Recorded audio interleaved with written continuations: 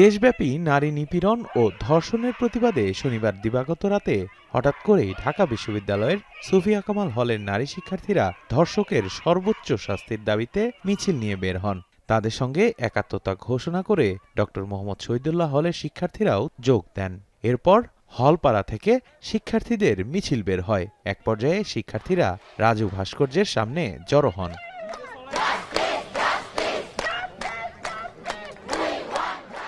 ফাঁসি ফাঁসি ফাঁসি চাই, ধর্ষকের ফাঁসি চাই, আমার সোনার বাংলায় ধর্ষকের ঠাঁই নাই, এমন স্লোগানে ঢাকা বিশ্ববিদ্যালয় ক্যাম্পাস উত্তাল হয়ে ওঠে। শিক্ষার্থীরা জানান, দেশের বিভিন্ন জায়গায় সাম্প্রতিক সময়ে যেসব ধর্ষণের ঘটনা ঘটেছে তার সুষ্ঠু তদন্ত এবং দ্রুততম সময়ের মধ্যে দোষীদের সর্বোচ্চ শাস্তি দেখতে চান তারা। এই সোনার বাংলায় ধর্ষকের কোনো স্থান হবে না। প্রত্যেকদিন রীতিমতো একটার পর একটা ঘটনা নেওয়া যাচ্ছে না। ধর্ষকদের ফাঁসির দাবিতে আমরা মূলত এখানে এসেছি। যারা এই ঘটনার শিকার হন এবং যেটা আমাদের লাইমলাইটে আসে না, কিন্তু তাদেরও বিচার হওয়া উচিত। ধর্ষকের এখন আমরা দেখতেছি কোনো শাস্তি হচ্ছে না।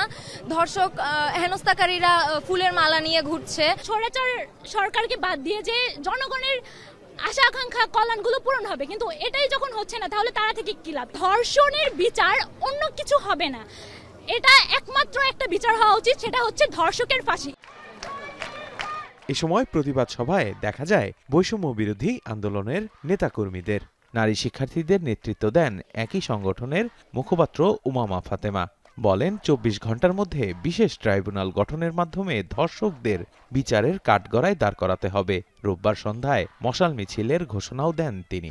রাজু ভাস্কর্য থেকে ঢাকা বিশ্ববিদ্যালয়ের শিক্ষার্থীদের পক্ষ থেকে আমরা ধর্ষণ বিরোধী মঞ্চ ঘোষণা করলাম। সন্ধ্যা 7:30টায় আসিয়ার ধর্ষকদের ফাঁসির দাবিতে এবং বিশেষ ট্রাইব্যুনাল গঠন করে প্রত্যেকটা ধর্ষণের বিচারের দাবিতে আমরা পুনরায় মশাল মিছিল করব।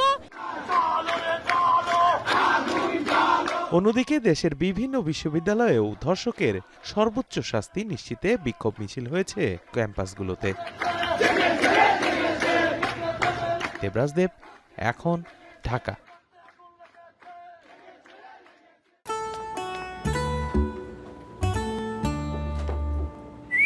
এই ঈদে জুয়েলারি ক্লোদিং এ বিকাশ পেমেন্টে ডিসকাউন্ট।